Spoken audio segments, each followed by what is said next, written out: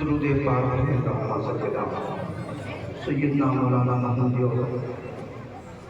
صلاۃ السلام علیہ یا رسول اللہ۔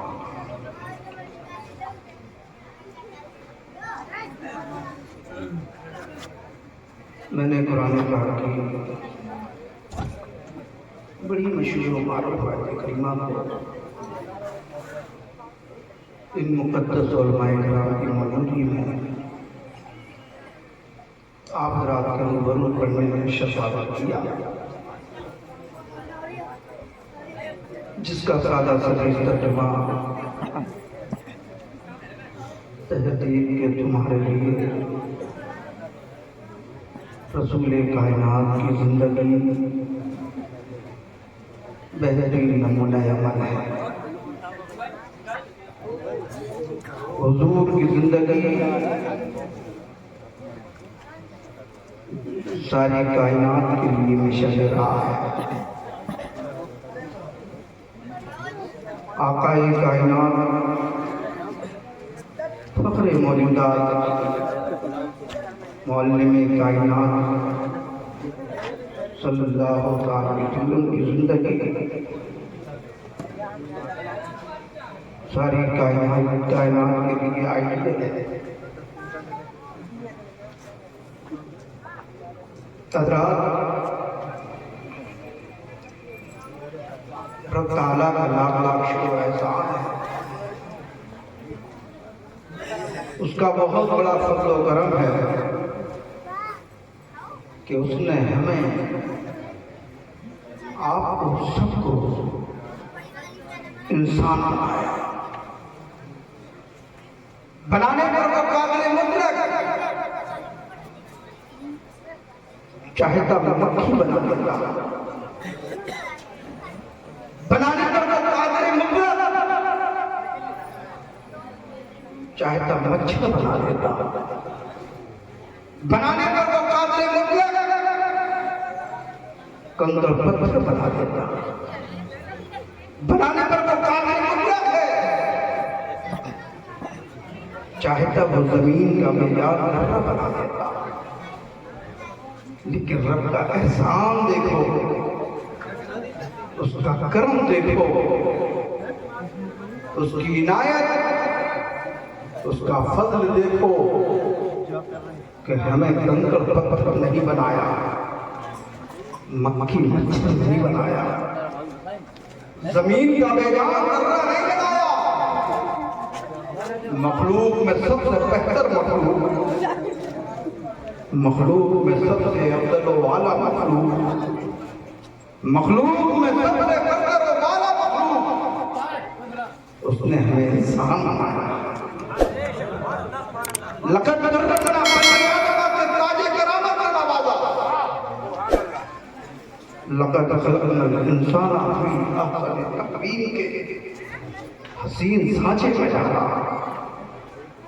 یہ رب کا بہت بڑا کرم ہے کہ ہمیں اور آپ کو سب کو انسان بنایا ہے۔ انسان ہونے کے ناطے آپ دنیا کا جائزہ لیں تو پتہ چلے گا ہمارے برادر وطن بھی انسان ہیں، مجوسی بھی انسان ہے، نصارہ بھی انسان ہے، یہودی بھی انسان ہے۔ لیکن اے مسلمانوں، اپنے نصیب پر ناز کرو، اس رب کا احسان یاد کرو اور اس کا شکر ادا کرو کہ تجھے اور دیگر قوموں کی طرح آزاد نہیں رکھا۔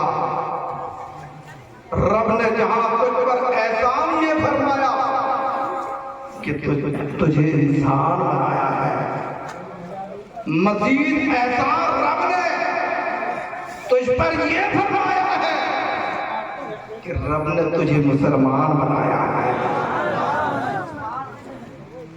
مسلمان ہونے کے ناطے آپ دیکھیں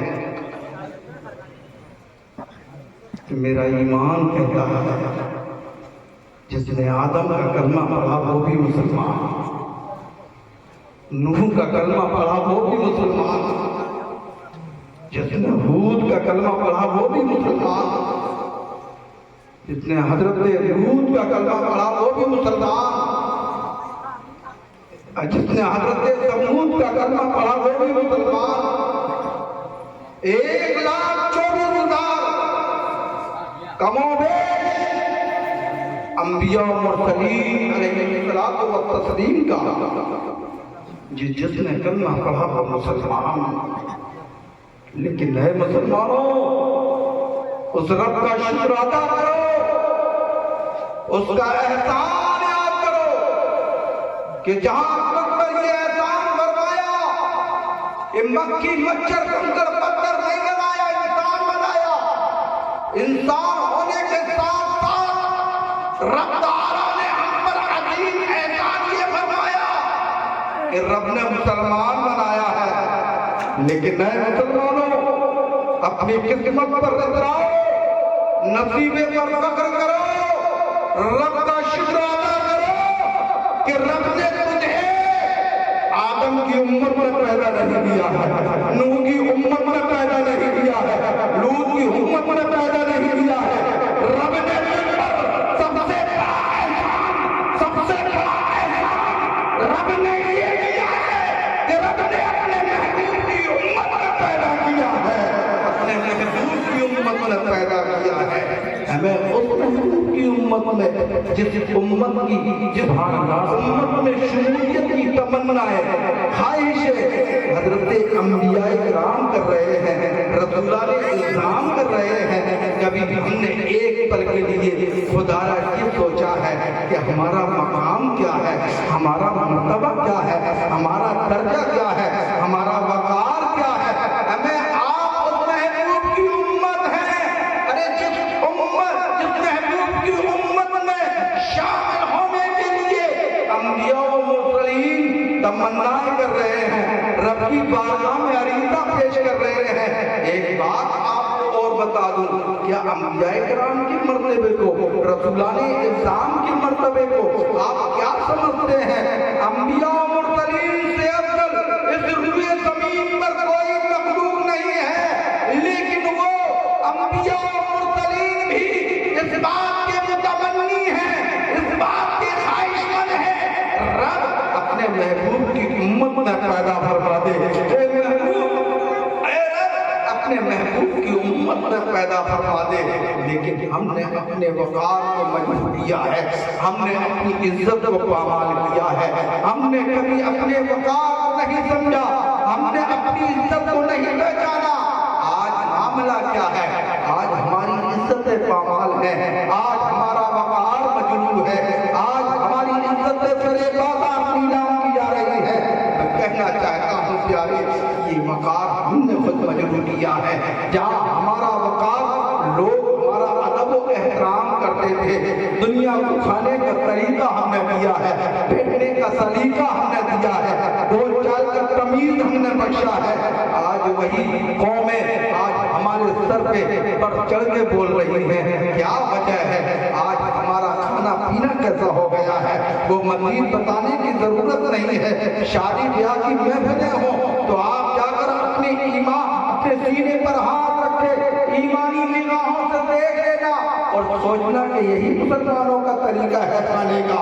آدھا کھاتا ہے، آدھا پھینکتا ہے، کہیں کھڑے ہو کر کھایا جا رہا ہے۔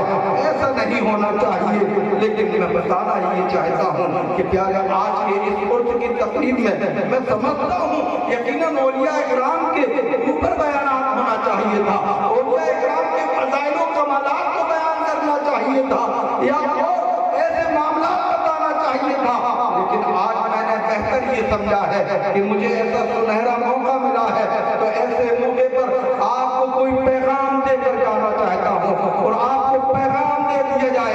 ہمارے جانے کے بعد اولیاء اکرام کے تعلق سے بہت سارے بیانات سماعت کرتے رہتے ہیں، بہت ساری تقریریں سماعت کی ہوں گی، لیکن آج میں ایک الگ ہٹ کے آپ کو پیغام دینا چاہتا ہوں، میسج دینا چاہتا ہوں۔ دوستو، آج ہمارا معاشرہ یورپین کی تقریر میں اس قدر بے تابی دلچسپی کا مظاہرہ کر رہا ہے۔ آج اہل یورپ خود حیران و پریشان ہے، اور وہ حیران و پریشان اس لیے ہے کہ آج مسلمان از خود سے ہی ہماری غلامی کا توق اپنی گردن میں ڈال کر اپنے مذہب و ملت سے بیگانہ ہو رہا ہے۔ اور اس لیے اسی صورتحال کے پیش نظر ہمارے علماء کرام اور دانشوران قوم و ملت تشویش کا اظہار کرتے رہتے ہیں کہ ہم نے انگریزوں سے جغرافیائی آزادی تو حاصل کر لی ہے، لیکن آج بھی ہماری نسلیں ذہنی اور نظریاتی طور پر آج بھی ان کی غلام نظر آ رہی ہے۔ آج دیکھتے نہیں ہیں دوستو، اسی امت کو سیدھی راہ پر چلانے کے لیے حضرت آدم سے عیسیٰ علیہ السلام تک 1,14,000 کم و بیش انبیاء و مرسلین آئے ہیں، ہر دور میں سرکردہ و کوشاں رہے ہیں، جد و جہد کی ہے، لیکن آخر میں آقائے کائنات آتے ہیں۔ معلوم ہے اسی ان آدمی کو انسان بنانے کے لیے، انہیں سیدھی راہ پر چلانے کے لیے، صراط مستقیم پر گامزن کرنے کے لیے میرے آقا نے اپنی پوری زندگی وقف کر دی ہے، اور دنیا سے جب پردہ کیا ہے تو جانتے ہو اسی امت کے لیے ایک ایسا جامع و کامل منصور امت کو عطا فرمایا ہے۔ وہ جانتے ہو کیا ہے؟ وہ قرآن ہے، جس کی روشنی میں یہ امت جب سفر کرتی رہی، منزل کامرانی فلاح جاودانی کی طرف گام کر رہی ہے، لیکن قسم خدا کی جب سے ہم نے قرآن و سنت کو پس پشت ڈالا ہے، اسی وقت سے ہم تزلزل میں آ گئے ہیں، اسی وقت سے ہمیں آفتوں نے گھیر لیا ہے۔ آپ دیکھتے نہیں ہیں شادی بیاہ کے موقع پر دیکھا جاتا ہے بچے ڈانس کر رہے ہیں، نوجوان ناچ رہے ہیں، سڑکوں پر ناچ رہے ہیں، جسے دیکھ کر آنکھیں کھیلا ہو جاتی ہیں، کلیجہ خون کو آنے لگتا ہے، روح کانپنے لگتی ہے۔ آپ نے بھی دیکھا ہوگا شادی بیاہ کے موقع پر بچے الگ ڈانس کر رہے ہیں، نوجوان الگ ناچتے نظر آ رہے ہیں۔ ایک مقام پر شادی بیاہ کے موقع پر مولانا صاحب کو دعوت دی گئی، مولانا صاحب دعوت میں پہنچے، اور دعوت پہنچنے کے بعد پھر بعد میں کیا دیکھتے ہیں کہ قوم مسلم کے نوجوان سڑکوں پر ناچ رہے ہیں۔ مولانا صاحب نے دیکھا زمین پیروں تلے سے کھسک جاتی ہے، آسمان سر پہ نظر آنے لگتا ہے، معاملہ کیا ہے؟ ایک نوجوان کو قریب بلایا، مولانا نے کہا اے قوم مسلم کی نوجوان شرم کر۔ نوجوان کہتا ہے حضرت میں کس کی شرم کروں؟ کہا باپ کی شرم کر۔ آخرکار نوجوان کہتا ہے حضرت باپ کو دیکھو سائیڈ میں کھڑا ہے، میرا ناچ دیکھ رہا ہے۔ مولانا نے پھر برجستہ کہا اے قوم مسلم کے نوجوان شرم کر۔ کہا حضرت اب کس کی شرم کروں؟ کہا بھائی کی شرم کر۔ نوجوان کہتا ہے حضرت کو دیکھو مجھ سے آگے ناچ رہا ہے۔ آخرکار پھر مولانا نے کہا اے قوم مسلم کے نوجوان نادان شرم کر۔ کہا اب کس کی شرم کروں؟ نوجوان مولانا فرماتے کہتے ہیں کہ اے قوم مسلم کے نوجوان ماں کی شرم کر۔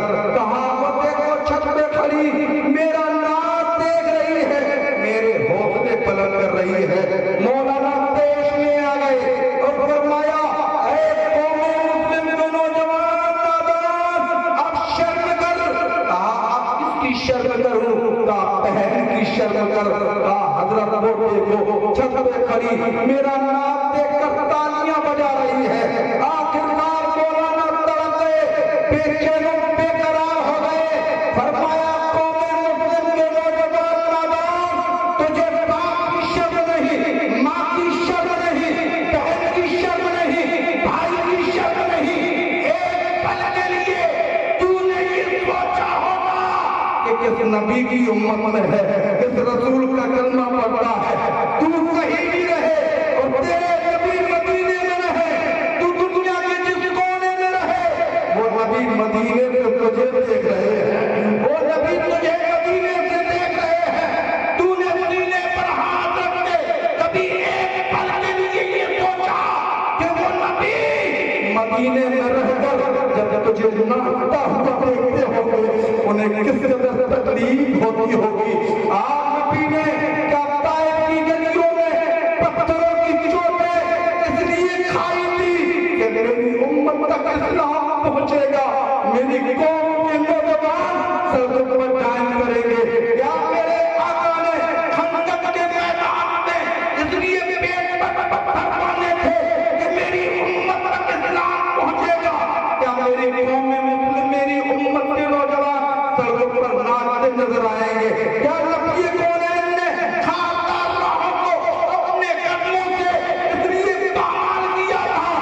میری امت تک ہدایت پہنچے گی، پھر ہماری امت کے نوجوان سڑکوں پر ڈانس کرتے نظر آئیں گے۔ کیا نبی کونین نے چنگے احد کے موقع پر آقا کائنات نے اپنے دندان مبارک اس لیے شہید کرائے تھے کہ میری امت تک اسلام پہنچے گا، میری امت کے نوجوان سڑکوں پر ناچتے نظر آئیں گے؟ نہیں، آپ کو معلوم نہیں ہے میدان احد کا موقع ہے، رسول کونین صلی اللہ علیہ وسلم کے مقدس رخسار میں لوہے کی کڑی بے وقت ہو گئی ہے، ایک تیر گھس گیا ہے جس سے تاج شہید ہو گئے ہیں۔ آخرکار آقا کائنات بے چین و بے قرار ہیں، لوہے کے تیر کو، لوہے کی کڑی کو اب کیسے نکالا جائے؟ صحابہ کرام مشورہ کرتے ہیں، مدینے کے سب سے بڑے پہلوان، مدینے کے سب سے بڑے جرح حضرت سیدنا عبید ابن جرح کو مدعو کیا جاتا ہے۔ حضرت عبید ابن جرح آتے ہیں، صحابہ کرام نے کہا اے عبید ابن جرح تم مدینہ منورہ میں سب سے بڑے بہادر انسان ہو، سب سے بڑے پہلوان ہو، آقا کائنات کے مقدس رخسار میں لوہے کی کڑی گھس گئی ہے، تیر بے وقت ہو گیا ہے، اے عبید ابن جرح کڑی کو نکالو۔ عبید ابن جرح آتے ہیں، ہاتھوں سے کڑی کو پکڑتے ہیں اور نبی کے مقدس چہرے پر اپنی نگاہ جماتے ہیں۔ جب کڑی نکالنے کی کوشش کرتے ہیں، آقا کائنات کے مقدس چہرے پر درد و آلام کے آثار نظر آتے ہیں۔ اللہ اکبر، آقا کائنات بے چین ہوتے ہیں، حضرت ابو عبیدہ کا دل کب کپا جاتا ہے، جسم پر لرزہ طاری ہو جاتا ہے۔ آخرکار کڑی نکالے تو کیسے نکالے؟ ہاتھ سے پکڑ کر کھینچتے ہیں تو آقا کے چہرے پر درد کے آثار نظر آتے ہیں، جس سے صحابہ کے دل تڑپ جاتے ہیں۔ این اسی وقت جب کڑی نکالنے کی کوشش کی جا رہی تھی، جانتے ہو آقا کائنات کی پیاری لاڈلی چہیتی بیٹی سیدہ عابدہ عالمہ فاضلہ فاطمہ الزہرا آ جاتی ہے۔ کیا دیکھتی ہے؟ بابا جان کے رخسار میں ایک تیر بے وقت ہو گیا ہے، مدینے کے سب سے بڑے پہلوان عبید ابن جرح ابو عبیدہ کڑی نکالنے کی کوشش کر رہے ہیں، لیکن کڑی ہے نکلنے کا نام نہیں لے رہی ہے۔ میں اس دور کی بات کر رہا ہوں جس دور میں نہ انجیکشن چلتا تھا، نہ دوائی چلتی تھی کہ انجیکشن لگا کر اس جگہ کو سن کر دیا جائے یا دوائی کھلا کر بے ہوش کر دیا جائے۔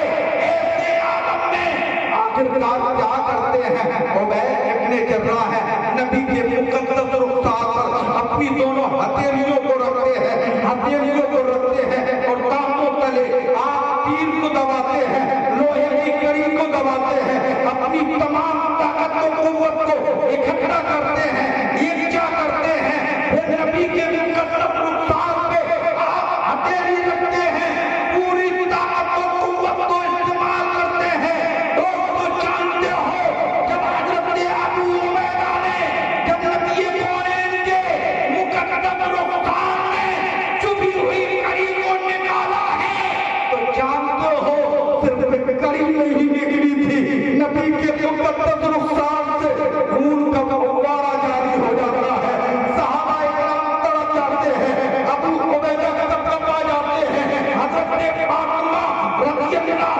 تعالیٰ عنہا کی روح تڑپ جاتی ہے، صحابہ کرام بے چین و بے قرار مضطرب ہو جاتے ہیں۔ آخرکار میں آپ سے کہنا چاہتا ہوں، نبی کونین کے مقدس رخسار سے بہتا ہوا لہو کا ایک قطرہ ترازو کے ایک پلے میں رکھا جائے اور دنیا کی ساری نعمتیں ترازو کے دوسرے پلے میں رکھی جائے، میرا ایمان کہتا ہے، میرا وجدان کہتا ہے، دنیا کی ساری نعمتیں نبی کونین کے مقدس چہرے سے نکلتے ہوئے لہو کا ایک قطرے کے مقابلے میں یہ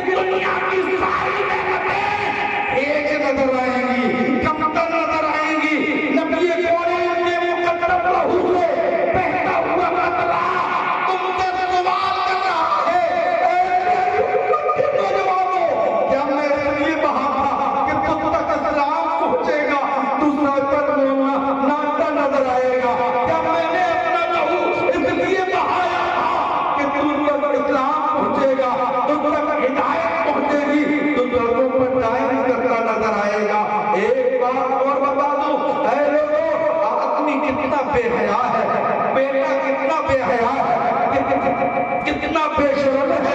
باپ سامنے کھڑا ہے، بیٹا ناچ رہا ہے، ماں سامنے ہے، بہن سامنے ہے، بھائی سامنے ہے، اور باپ بھی کتنا بے حیا ہے، باپ بھی کتنا بے غیرت ہے کہ اپنے سامنے اپنے بیٹے کو ناچتا ہوا دیکھ رہا ہے۔ مولانا نے برجستہ کہا، اے قوم مسلم کے نوجوان نادان، تو دنیا میں ناچنے کے لیے نہیں آیا تھا، بلکہ انگلی کے اشارے پر دنیا کو نچانے آیا تھا۔ لیکن آخرکار نوجوان ہے، رکنے کا نام ہی نہیں لے رہا ہے۔ آخرکار مولانا نے کہا، اے قوم مسلم کے نوجوان، ابھی سنور جا، ابھی سنبھل جا، ابھی زندگی میں انقلاب برپا کر دے، ابھی ناچنا بند کر دے۔ کہا، حضرت ابھی ناچ رہا ہوں، یہ جوانی ہے، اسے کھیلنے کودنے دیجئے، پھر عمر ڈھلے گی، وہی کرتا نظر آؤں گا جو آپ کر رہے ہیں۔ مولانا نے برجستہ کہا، اے قوم مسلم کے نوجوان، تو نے کس کی جوانی دیکھی ہے جس سے تو نے کھیلنے کودنے کا زمانہ سمجھ لیا ہے؟ اگر جوانی دیکھنا ہے تو کربلا کے میدان میں، کربلا کے میدان میں علی اکبر کی جوانی دیکھ۔ اے نادان، تو نے کس کی جوانی دیکھی ہے؟ اگر جوانی دیکھنا ہے افریقہ کے تپتے ہوئے صحرا میں اسلام کا گلشن بجانے والے موسیٰ بن نصیر کی جوانی دیکھ۔ اگر جوانی دیکھنا ہے تو چل دریائے سلطنت اسلام کو پھیلانے والے محمد بن قاسم کی جوانی دیکھ۔ اگر جوانی دیکھنا ہے ایک قوم مسلم کے نوجوان تو روس اور ترکستان کو کچلتے ہوئے چین کی سرحد پر اسلام کی نسبت دینے والے خلیفہ بن مسلم کی جوانی دیکھ۔ اگر جوانی دیکھنا ہے تو افریقہ کے تپتے ہوئے صحرا میں اسلام کا گلشن بجانے والے موسیٰ بن نصیر کی جوانی دیکھ۔ اور جوانی دیکھنا ہے تو کربلا کے میدان میں فاطمہ کے کوٹ پہ پالے ہوئے 3 دن کے بھوکے پیاسے تیروں سے چلنی ہے۔ صدر اپنی جوانی ہی اسلام پر نچھاور نہیں کی ہے، تاریخ شاہد ہے، تاریخ گواہ ہے کہ انہوں نے اسلام کے نام پر اپنا تن من دھن قربان کر دیا ہے، سب کچھ قربان کر دیا ہے، اور تو سڑکوں پر ناچ رہا ہے۔ میں کہنا چاہتا ہوں، اے قوم مسلم کے نوجوان، تو دنیا میں ناچنے کے لیے نہیں آیا تھا، تو دنیا میں آیا ہے۔ دنیا کو اسلام اپنی انگلی کے اشارے پر نچانے کے لیے آیا تھا۔ لہذا میں آپ تک پیغام یہی پہنچانا چاہتا ہوں، شادی آتی ہے، سبھی کے گھر پہ شادیاں آتی ہیں اور سبھی کے یہاں شادی ہوتی ہے، لیکن ایسا نہیں ہے۔ اللہ اس کے رسول کی یاد کو فراموش کر دیں۔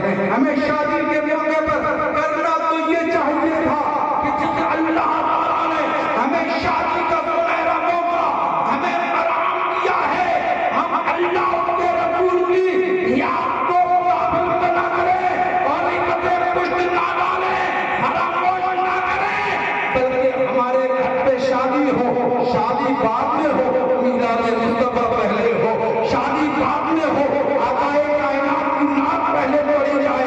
لہذا آپ تک پیغام یہی ہے پیارے کہ ہمیں شادی بیاہ کے موقع پر ہمیں اللہ اور کے رسول کی یاد کو فراموش نہیں کرنا چاہیے، اور ایک دن سبھی کو اس دنیا سے جانا ہے۔ یاد رکھنا پیارے، آج ہم خوشی کے موقع پر اللہ اور کے رسول کی یاد کو فراموش کر دیں گے، کل بروز قیامت اگر اللہ اور کے رسول نے ہمیں فراموش کر دیا تو پھر ہم کہاں کے رہ جائیں گے؟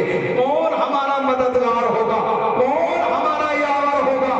کون ہماری سنے گا؟ لہذا آپ سے میں کہنا یہی چاہتا ہوں کہ ایسے موقع آئیں تو آپ اللہ کے رسول کی یاد کو فراموش نہ کریں، اس لیے کہ ہمیں ہر پل اللہ کے رسول جس رسول نے ہمیں زندگی کے کسی موڑ پر فراموش نہیں کیا، ہمیں اللہ کے رسول نے ہمیں کہیں بھی نہیں چھوڑا، چاہے وہ وقت ولادت کا موقع دیکھ لیں، آقائے کائنات دنیا میں تشریف لا رہے ہیں تو ہم گناہگاروں کو یاد کر رہے ہیں، فرما رہے ہیں یا رب حبلی امتی، یا رب حبلی امتی، رب میری امت بڑی گناہگار ہے، رب میری امت بڑی سیاکار ہے، مولا اس کو بخش دے۔ اور پھر یہی نہیں، آقائے کائنات ان بغان شباب کو پہنچتے ہیں اور جب زندگی آگے بڑھتی ہے تو آقائے کائنات آپ جنگلوں میں یاد کر رہے ہیں، سفر میں یاد کر رہے ہیں، حضر میں یاد کر رہے ہیں، اور شبِ معراج قرب خدا میں پہنچے ہیں تو اپنی امت کو فراموش نہیں کیا ہے۔ جانتے ہو امت کے لیے ایک عظیم تحفہ لائے ہیں، کیا وہ تحفہ ہے؟ وہ 50 وقت کی نماز ہے، لیکن آپ پر اللہ کے رسول صلی اللہ علیہ وسلم کو کس قدر پیار آیا ہے، ہر آقائے کائنات 50 وقت کا تحفہ لے کر آ رہے ہیں۔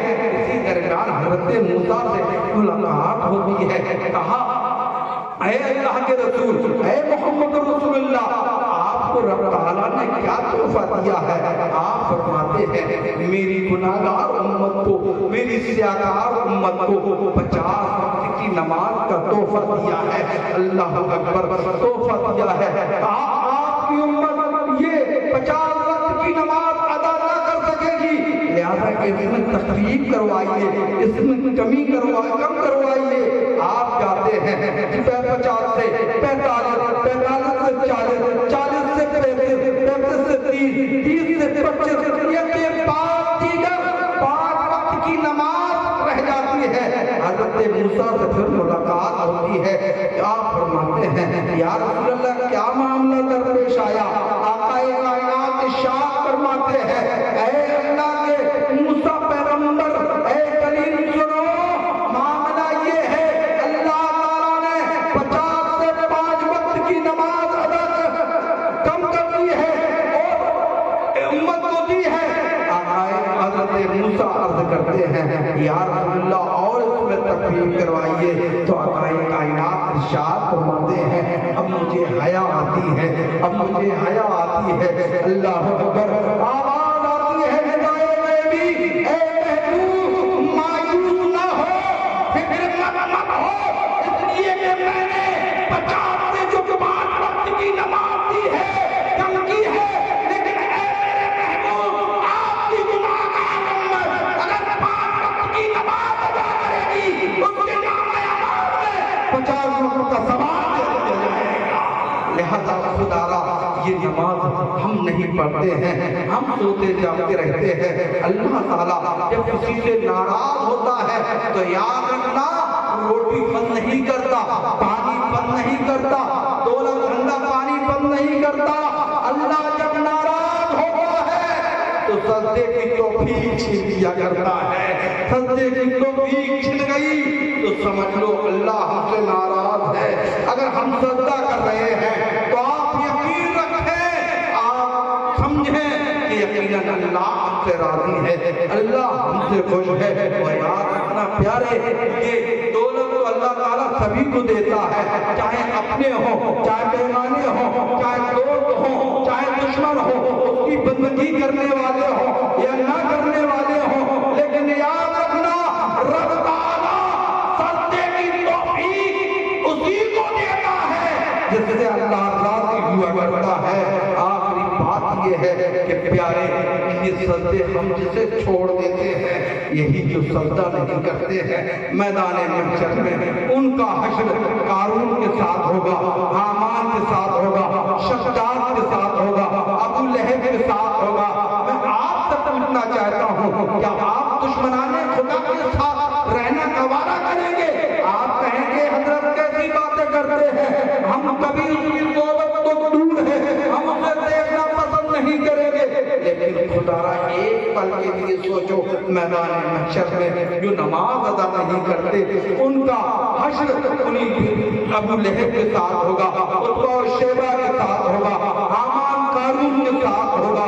میں کہنا چاہتا ہوں یہ سجدہ خدا ایسے چیز ہے میدان محشر میں اعلان ہوگا بروز قیامت آواز آئے گی ندائے غیبی سجدہ کرو لہذا وہ بھی سجدہ کریں گے جو دنیا میں سجدہ کرتے تھے اور جو سجدہ نہیں کرتے تھے وہ بھی سجدہ کرنے کی کوشش کریں گے جد و جہد کریں گے تاریخ میں آیا ہے کہ ان کی کمر کٹ جائے گی لاکھ کوشش کرنے کے باوجود وہ سجدہ نہیں کر پائیں گے لہذا لوگ کہیں گے یہ تو رب فرمائے گا انہیں جہنم میں ڈال دو لوگ کہیں گے یہ کس باعث کس سبب سے جہنم میں جا رہے ہیں دوزخ کا ایندھن کیوں بھر رہے ہیں جہنم کے بھڑکتے ہوئے شعلوں کی نقل کیوں کیے جا رہے ہیں آواز آئے گی یہ دنیا میں سجدہ نہیں کرتے تھے اس عرس کی تقریب میں تو اکثر یہی کہا کرتا ہوں ایسے عرس کی تقریب میں اکثر لوگ آیا کرتے ہیں انہیں ایسا پیغام دینا چاہیے ان تک ایسا میسج پہنچنا چاہیے تاکہ وہ اپنے اس پیغام کو اپنے الہی عمل میں لائیں کار آمد کریں تاکہ جاتے جاتے وہ کہیں کہ ہاں یقیناً ہمیں عرس کی تقریب میں یہ پیغام ملا ہے خدا را ہم مسجدوں کو آباد نہیں کریں گے تو خدا را بتائیے کہ کوئی غیر آئے گا ہم نے مسجد بنائی ہے ہم نے امام رکھا ہے اور ہم نے بڑی سہولیتیں آپ کے لیے فراہم کر دی ہیں آپ کو اب نل سے پانی نہیں چلانا ہے آپ کو کنویں سے پانی نہیں کھینچنا ہے آپ کے لیے نل کا انتظام کر دیا ہے کنکریوں پہ سجدہ نہیں کرنا ہے آپ کے لیے مخملی چادر بچھا دی گئی ہے اور ٹھنڈی کے موسم میں آپ کو ٹھنڈے پانی سے وضو نہیں کرنا ہے آپ کے لیے گرم پانی کا انتظام کر دیا گیا ہے آپ کو گرمی کے موسم میں آپ کو گرمی میں نماز نہیں کرنا ہے آپ کے لیے اے سی لگا دی گئی ہے آپ کے لیے پنکھے لگا دیے گئے ہیں اتنے سارے انتظامات کر دیے ہیں اور اس کے باوجود ہم مسجدوں کی طرف روا دوا نہیں ہے خدا را ایک دن سب کو پڑھنا ہے سب کو جانا ہے اور ایسی وہ مقام ہے ایسی منزل ہے وہاں جانے سے